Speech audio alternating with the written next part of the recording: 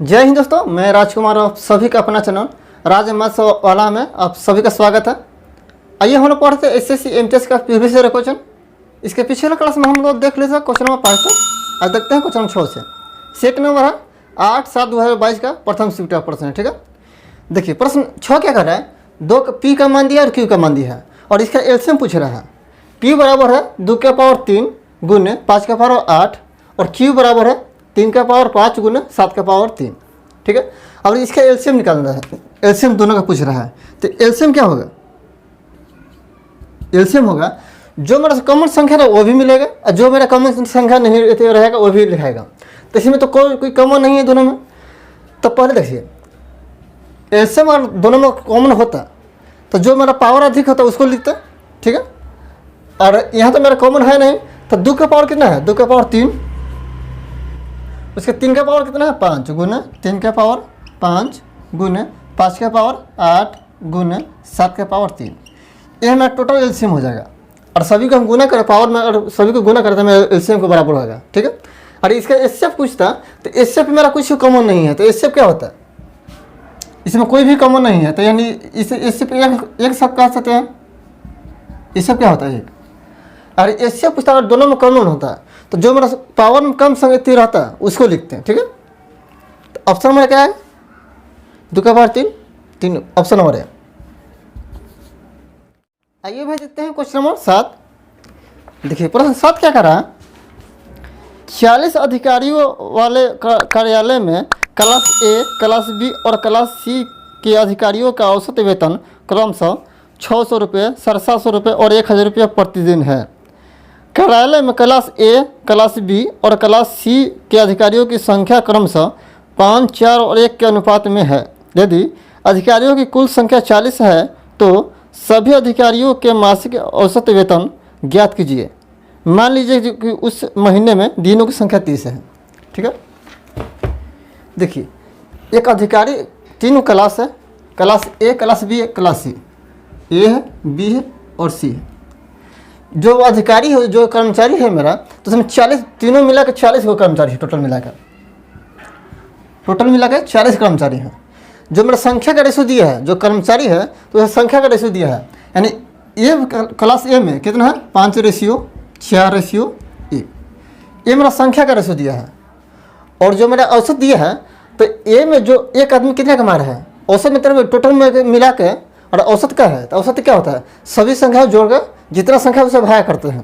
ठीक है, तो हमारा औसत निकलता है, यानी हर व्यक्ति उसको कितना में रहा है। पहला में जो ए क्लास है इसमें 600 औसत वेतन है, क्लास बी में औसत वेतन 750 है और क्लास सी में औसत वेतन 1000 है। ठीक है, ये मेरा संख्या हो गया। अब यहाँ से भी ये भी कर सकते हैं। अब इस जो टोटल रेशियो का मान निकाल कर कितना होगा? 5, 5, 10 रेशियो। 10 रेशियो का मान 40 के बराबर कर दीजिए, फिर अलग अलग मान निकाल फिर कर सकते हैं तो थोड़ा लंबा जाएगा। इसको रेशियो से हम लेते हैं। ठीक है, ये तो मेरा संख्या का रेशियो दिया है, कोई दिक्कत नहीं है। अब यहाँ से हम डायरेक्ट औसत निकाल लेते हैं, औसत वेतन कितने हैं। तो अगर सभी का औसत वेतन टोटल का मान लेते हैं 600 रुपये है, 600 रुपये है। जो सभी क्लास है ए, बी और सी, टोटल का हम वेतन मानिए 600। आप कितना भी मान सकते हैं, 600, 700 कुछ भी मान सकते हैं। हम सबसे कम वाला मान लिए, एक को हम कुछ करना नहीं पड़ेगा। तब मान लीजिए टोटल का मेरा वेतन कितना है? औसत वेतन 600 रुपये है। ठीक है, तो देखिए ये तो मेरा 600 से 0 है, 0 रुपये यानी कुछ वृद्धि नहीं हुआ है। इसमें कितना वृद्धि हुआ है? 150 का, औसत में 150 वृद्धि हुआ है।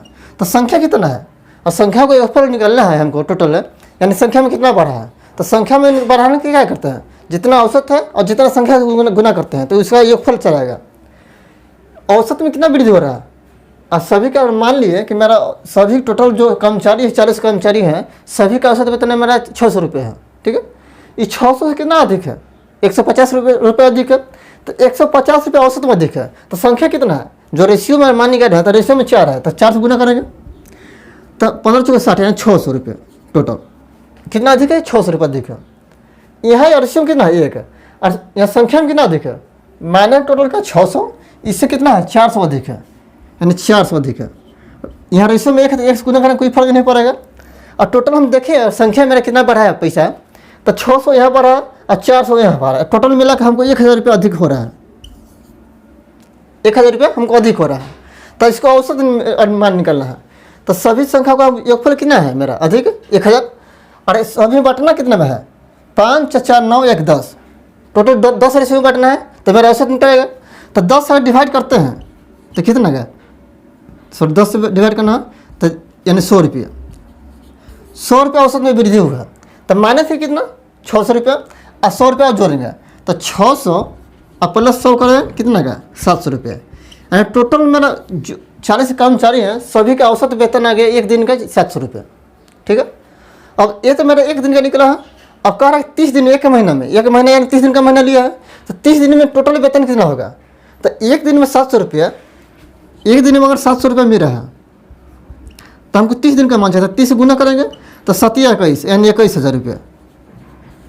जो 40 कर्मचारी है ए, बी और सी में, सभी का औसत वेतन कितना है? 700 रुपये। और टोटल योगफल करें एक महीने का तो 21,000 रुपये आ रहा है। ठीक है, पूछ रहेगा मासिक औसत वेतन ज्ञात कीजिए। तो मासिक औसत वेतन या कि एक महीने में कितना उसका औसत वेतन मिलेगा? तो 21,000 रुपये। ठीक है, ऑप्शन नंबर डी। आइए भाई देखते हैं क्वेश्चन नंबर 8। देखिए प्रश्न 8 क्या करा है? एक घनाभ का आयतन 3300 घन सेंटीमीटर है। घनाभ की लंबाई और चौड़ाई का योगफल 27 सेमी है। यदि घनाभ की लंबाई और चौड़ाई का अंतर 13 सेमी है तो घनाभ की ऊंचाई ज्ञात कीजिए। ठीक है, एक घनाभ दिया है जिसका आयतन दिया है 3300 घन सेंटीमीटर। तो घनाभ का आयतन का फॉर्मूला क्या होता है? घनाभ का आयतन लंबाई गुने चौड़ाई गुने ऊंचाई। क्या होता है? लंब गुने आधार गुने ऊंचाई। ठीक है, ये मेरा घनाभ का आयतन हो गया। अब जो घनाभ का आयतन दिया है 3300 घन सेंटीमीटर है। जो आयतन का क्यूब में होता है और जो क्षेत्रफल होता है तो वर्ग में होता है। ठीक है, ये में तो आयतन दिया। अब कह रहा है हमको लंबाई चौड़ाई ऊंचाई नहीं मालूम है, पर यहाँ दिया है कि लंबाई और चौड़ाई दोनों को जोड़ते हैं। तो लंबाई और प्लस चौड़ाई करते हैं तो दोनों का योगफल कितना रहा है? 37 आ रहा है। और दोनों का अंतर निकाला तो लंबाई माइनस चौड़ाई का अंतर है कितना दिया है? 13। अब यहाँ दो समीकरण बड़ा, अब समीकरण मान सकते हैं 1 और 2। ठीक है, अगर हम लंबाई या बड़ी संख्या का मान निकालना चाहे तो जो बराबर की पट्टी है दोनों को जोड़कर 2 से भाग देंगे तो मेरा बड़ी संख्या निकल जाएगा। छोटी संख्या का मान निकालना चाहे तो दोनों का अंतर लेकर 2 से भाग देंगे तो मेरा मान छूट के छोटा संख्या निकल जाएगा। ठीक है, देखिए अब बड़ा संख्या चिन्ह है कौन बड़ा संख्या है? अगर हम एक चीज़ में घटा रहे हैं तब यह प्लस में आ रहा है, तो जो बड़ा में छोटा में घटा रहे हैं, अगर यही हम छोटा में से बड़ा घटा रहे हैं तो मेरा माइनस में आता है बराबर की पार्टी। ठीक है, यानी हम जो एल मेरा क्या है? एल बड़ा है, तो एल बराबर क्या होगा? और एल का मान निकालना चाहें तो दोनों जोड़ेंगे तो 10, 3, 4, 5, 50, 50 बटा 2 यानी 25। लंबाई कितना गया? 25 आ गया। देखिए आप ऐसे भी कर सकते हैं। अब दोनों समीकरण हम जोड़ना चाहें तो जोड़ेंगे तो माइनस भी प्लस भी कट गया, बचा कितना? 2l बराबर ये जो तो 7, 3, 10, 3, 1, 4, 5, 2 से कटा 50, 25 बार में, तो l बराबर आ गया 25, यानी लंबाई मेरा आ गया। अब दोनों में से किसी भी रख के मान घटा सकते हैं। अगर डायरेक्ट यहाँ से भी निकालना चाहते हैं तो मान लीजिए समीकरण लेकर में और समीकरण 2 घटाते हैं तो प्लस है तो माइनस हो जाएगा, माइनस है तो प्लस होगा, यहाँ माइनस होगा। ठीक है, यहाँ और घटा रहे हैं, पहले समीकरण 1 में से समीकरण 2 में घटाते हैं तो प्लस वाला माइनस होगा, माइनस वाला प्लस होगा, तो l plus l minus l cut गया, बचा कितना? 2b। और 37 में से अब 13 घटा देंगे कितना आ गया? 24। तो 2 से कटा 12 बार में, तो b बराबर आ गया 12। और l बराबर 25 है, b बराबर 12 है। अब यहाँ देखिए, यहाँ मेरा आयतन का बराबर किसका दिया है? आयतन लंबाई गुने चौड़ाई गुने ऊंचाई दिया है 3300 घन सेंटीमीटर। ठीक है, तो इसका बढ़ा देते हैं मान। तो लंबाई कितना है? 25 सेंटीमीटर, चौड़ाई है 12 सेंटीमीटर और ऊंचाई हमको मालूम नहीं है, निकालना है। ठीक है, बराबर 3300 के बराबर। देखिए और 25 से काटना चाहें तो देखिए अब 3300 है तो हम 100 वाला लिख सकते हैं। 3300 को अब नहीं आया समझ तो थोड़ी देखिए, अब 33 गुना हम 100 कर सकते हैं, काटने में आसानी होगा। अब डायरेक्ट 33 हो तो डायरेक्ट 2 जीरो काट सकते हैं, कोई दिक्कत नहीं है, नहीं तो अलग लिख के काट सकते हैं। अब 25 चौका 100 काटने में आसानी हो गया। 4 बार में 4 3 12, 3 बार में 3 से काटा 11 बार में, तो एच बराबर कितना आ गया 11 सेंटीमीटर। ठीक है, मैं ऊंचाई पूछ रहा था, ऊंचाई मेरा आ गया 11 सेंटीमीटर। Option number C. आइए भाई देखते हैं क्वेश्चन नंबर 9। देखिए प्रश्न 9 क्या करा, पी क्यू और आर मिलकर एक काम को 15 दिनों में पूरा कर सकते हैं। पी और आर एक साथ उस काम को 40 दिनों में पूरा कर सकते हैं। वही काम क्यू अकेले कितने दिनों में पूरा कर सकते हैं। ठीक है, देखिए 3 व्यक्ति है पी क्यू और आर, और तीनों को एक साथ हम काम पर लगाते हैं। पी क्यू और आर तीनों का एक साथ काम पर लगाते हैं तो मेरा 15 दिन में काम खत्म हो रहा है। ठीक है, वही अगर पी और आर, सिर्फ पी और आर को लगाते हैं तो मेरा जो काम है 40 दिन में ख़त्म हो रहा है। तो हम क्यू अकेला कितने दिन में काम करेगा। ठीक है, इसका मान पूछ रहे हैं। तो जब ऐसा प्रश्न है तो इसे डायरेक्ट निकालना चाहते हैं, तो जो मेरा दोनों का मान दिया है, एक टोटल मिला का मान दिया है और 2 का, यानी 1 का हमको शेष बच गया और उसको निकालना है। तो पहले ऊपर दोनों गुना करेंगे, तो 40 गुने 15, और उसके बाद जो बट्टा में आएगा तो इसका अंतर लेंगे, तो 40 में से 15 घटाएंगे कितना का 25। अब इसको काट लेते हैं, तो 5 से काटा 3 बार, 5 बार, 5 से काटा 8 बार में, 8 3 24। क्यू जो है 24 दिन में काम खत्म कर लेगा। ठीक है, ये तो एक तरीका होगा ना। तो अब दूसरा तरीका देख लेते हैं। देखिए पी क्यू और आर तीनों मिलकर एक दिन कितना दिन में काम खत्म होगा 15 दिन में, और पी और आर 40 दिन में काम खत्म कर रहा है। ये मेरा समय हो गया, समय हो गया। और टोटल काम निकालने के लिए और टोटल वर्क मानने के लिए हम क्या करेंगे, इसका एलसीएम ले लेंगे। तो एलसीएम कितना आएगा 120। जब टोटल काम हम समय से भागा देंगे तो मेरा क्या आएगा, क्षमता आएगा, क्षमता, यानी एक दिन में मेरा कितना काम हो रहा है वो मेरा आएगा। ठीक है, तो 120 में 15 से भागा देंगे कितना, 8 बार में, 40 कटेगा 3 बार में। देखिए पी क्यू आर एक दिन में 8 काम कर रहे हैं और पी और आर एक दिन में 3 काम कर रहे हैं, यानी शेष कितना काम है, जो क्यू है कितना काम है, इससे कितना है 5 अधिक है। पी और आर 2 मिलकर सिर्फ 3 ही काम कर रहे हैं एक दिन में, और यहाँ तीनों मिलकर पी क्यू और आर 8 काम कर रहा है। यानी जो मेरा यहाँ से तीनों में से मान में से, तो तीनों का मान कितना है 8, 8 में से 3 घटाएंगे कितना है 5, यानी 5 इसका मान वैल्यू बचेगा। देखिए यह और P plus Q plus R तीनों मिला काम हो गया, और माइनस P माइनस R बराबर करें तो 8 माइनस 3। ठीक है, तो माइनस P और प्लस P कट गया, plus R minus R cut गया, बचा कितना Q। तो अगर 8 काम हो में से 3 काम घटाएंगे कितना बचेगा, यानी जो Q है एक दिन में 5 काम कर रहा है। ठीक है, हमको टोटल कितना काम कितना करना है 120 काम, 120 काम।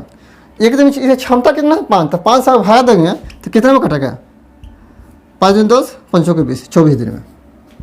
क्यू जो है 24 दिन में पूरा काम खत्म समाप्त कर देगा। ठीक है, ऑप्शन नंबर ए। आइए भाई देखते हैं क्वेश्चन नंबर 10। देखिए प्रश्न 10 क्या करा, एक आयतन के विकर्ण की लंबाई 20 सेमी है, यदि इसकी चौड़ाई 12 सेमी है तो इसकी लंबाई ज्ञात कीजिए। देखिए एक आयतन का जो आयत है उसका दिया है विकर्ण 20 सेंटीमीटर। तो आयत कैसा होता है, एक आयत बना लेते हैं। देखिए जिसकी लंबाई अलग होता है, चौड़ाई अलग होता है। सब विकर्ण का जो कोना कोनी मिलेगा उसका ये विकर्ण होगा। ठीक है, और विकर्ण हम देखें तो विकर्ण एक क्या बना है, समकोण त्रिभुज बना रहा है। तो इसका विकर्ण दिया है 20 सेंटीमीटर और ऊंचाई दिया है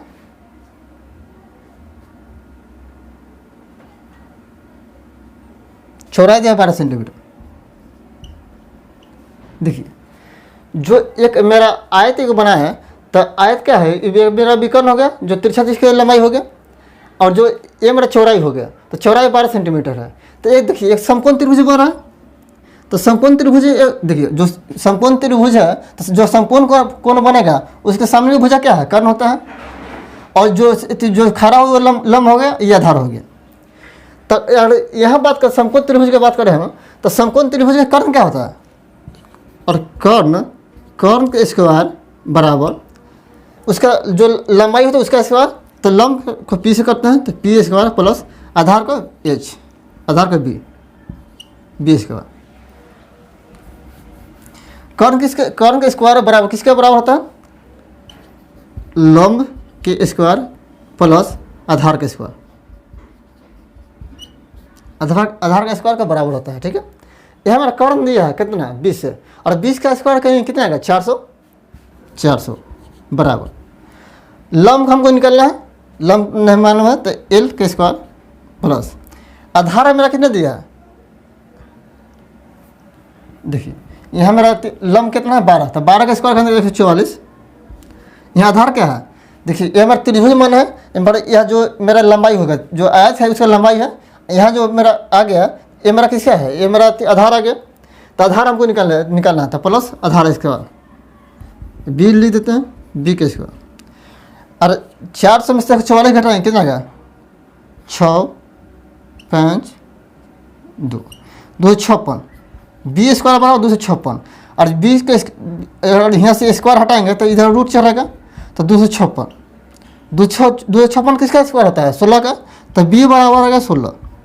जो मेरा आयत की लंबाई है कितना है, आयत की लंबाई 16 सेंटीमीटर और आयत की चौड़ाई 12 सेंटीमीटर, तो लंबाई पूछ रहा है, तो लंबाई 16 centimetre, option number A.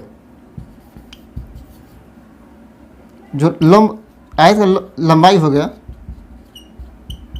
16 centimetre. ठीक है दोस्तों, अब अगला क्वेश्चन है नेक्स्ट क्लास में। धन्यवाद।